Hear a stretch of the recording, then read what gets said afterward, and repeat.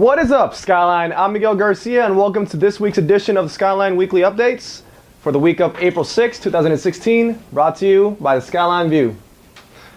As always, I'm Miguel Garcia, here to bring you your Skyline news, including this week's multimedia projects. First up, Cesar Chavez was actually going on over spring break, so Skyline College decided to make an event during the week before spring break. And Marie provides coverage of that in an audio slideshow. And then expect this Friday coverage of the Base 11 program that is set to launch, I believe, soon. There was a conference today, April 6th, that covered basically what their plans are and everything. And Kevin's going to provide you an audio slideshow over that too. Also, we're back in business. We're back in production this week because, as you saw last week, we launched an April Fool's update. And yeah, it's been a while since we did actual news. So this is going to be a pretty heavy weekly update for you guys. Anyway, let's move on to the news with Olivia. Hey Skyline viewers, my name is Olivia Bowman and I'm here with your weekly update. First news for all you STEM majors out there, the Base 11 STEM Revolution was held today, April 6th. And that's for any STEM majors that are looking to be future entrepreneurs and leaders in their field. And we have the print version of that by Laurel Lujan. And there's a slideshow by our own Kevin Perez. All right, next up we have a campus initiative called the Last Mile Transportation Initiative, which looks into getting a shuttle that will take students from the Daly City area to Skyline for free. Right now the President's Council is looking into a transportation system that would allow that and would be willing to volunteer for that. And if you want more, Joshua Chan has the story. In other news, the Skyline Chancellor, Bryce Harris, is in the process of retiring, and in his place, Eric Skinner is going to take over as interim chancellor.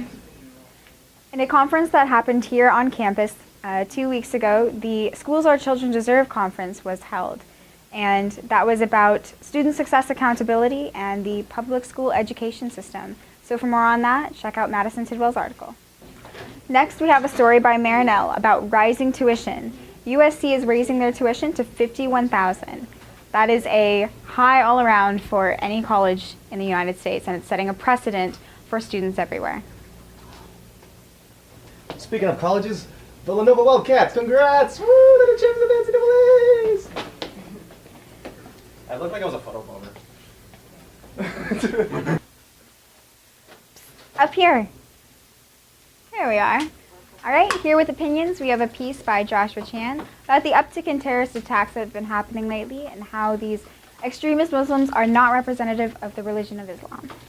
Next up, we have an article from Birds and the Bees, and that is about body image and how the way it's portrayed in media is not necessarily healthy or true. For more on that, you can see some statistics and other useful information in the paper. In an article by our editor-in-chief, Michelle, she has information on why going to a community college is not so bad, and going to a four-year university is not right for everyone. Back to you, Miguel. Do you stream Netflix, Hulu, YouTube, or any other platform aside from traditional television? Sarah writes about this trend among millennials when they choose streaming services over traditional television in this day and age. Also, this might be the first of the semester, I could be wrong, but Michelle writes her own recipe about a fast and simple and healthy breakfast for your mornings. And lastly, Josh writes about Kendrick Lamar's latest album, Untitled Unmastered, that just came out, I believe, a few weeks ago, and you could also see that on the paper. That's it for the focal point. Now let's move on to the sports and your sports results. So here are your past week's sports results. And Skyline's badminton team lost their game today, actually April 6th, against Fresno College with a score of 20-1. While our baseball team lost both games 10-9 against Kenyatta College. Actually, both games were against Kenyatta College. So 10-9 when we were away at their home court, and then 8-0 when we were here in Skyline. So Caitlin covers the badminton game while who does the baseball? Josh does the baseball game. Also, we have two stories going up that are not like Skyline sports related, but you know, they're still stories. A sports feature about managing athletics, how difficult it can be sometimes to be an athlete, especially if you're going to school, is written by Martine.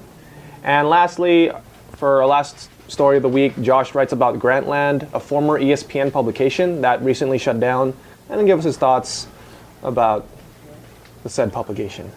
That's it for sports and the rest of the news this week. I'm Miguel Garcia, and we'll go back to the newsroom. That's it for the news this week. Don't forget to like this video, leave a comment below, share the video, follow us on Twitter, Instagram, Snapchat, Vine, and Facebook. All of our taglines are right over here. I'm Miguel Garcia, and I'll see you again next week.